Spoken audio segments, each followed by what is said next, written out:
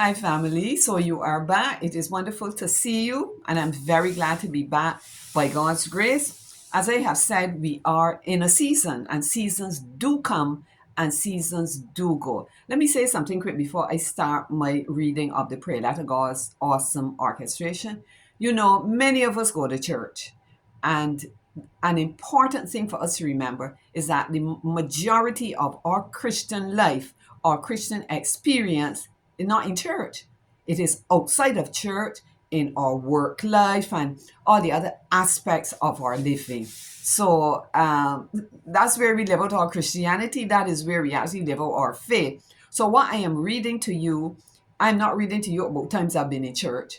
I'm reading to you times very much outside of church involving different experiences, and there are so many. Let me stop talking. Let me start reading. So, the last time I shared, I was, let me just start back here to that page. Yes, I talked about Heather Moore and that class of 1984. Oh, agree. So I go now, I say, it will be over 25 years since my former students would have left school by the time this book is published.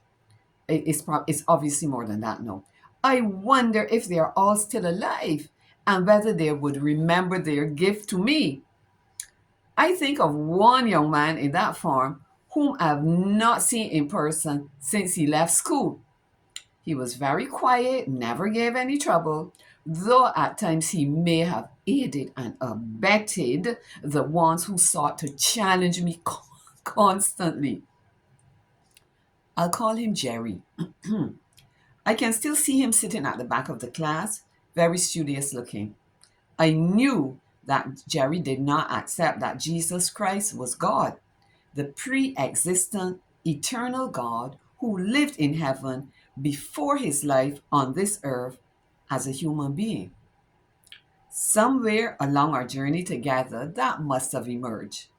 I always admired this youngster and was not surprised in the least bit to learn that he had risen to a position of prominence in his religious organization. I hope that he will read my adventure someday and it will cause him to reflect on who Jesus really is. I know that he is God, the very God, creator, who has walked this valley with me and has orchestrated that I was to be the teacher of that specific group of students. All right, let me pause from the reading for a second and to say, I said I called him Jerry. Actually, his real name, and if anybody happens to know him, I would love to connect with him. His real name is Garfield Gill. He was really a model student, very well behaved, very bright. I am sure he must have got grade one in lit and language. But what I want to say too is that sometimes we may have a difference in perspective on different doctrinal matters, etc. But this one thing that must connect us is our faith in God. And we must be respectful, and I am respectful of people's views. If you don't agree with me, it's no cause for a big fight and a quarrel. I may respect what you believe, but it doesn't mean that I have to believe it as well. Although, let me say here that what I am saying to you in terms of the life of faith, etc., I don't want you only to respect it. I want you to believe that God is real and that He can help you. And let me add quickly to and say, we say people believe different things, but I will say that whatever you believe, whatever you believe, let it be a belief that is going to uphold you in the storms of life. All right, so let me go on reading now. So I say, it would be a tremendous blessing if I could meet them all again, the students.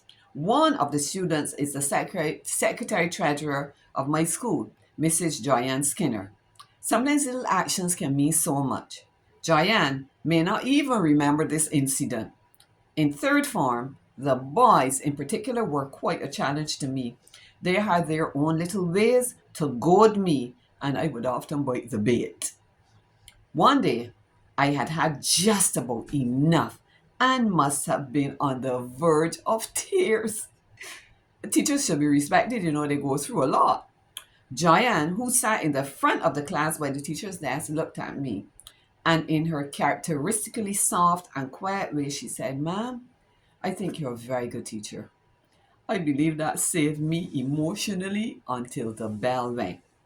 I've always felt teaching is a ministry. As teachers, we have a fantastic opportunity to influence our students for Christ, not only by our words, but more specifically by our actions. I'm thoroughly convinced that part of God's long range plan for me was to be a teacher.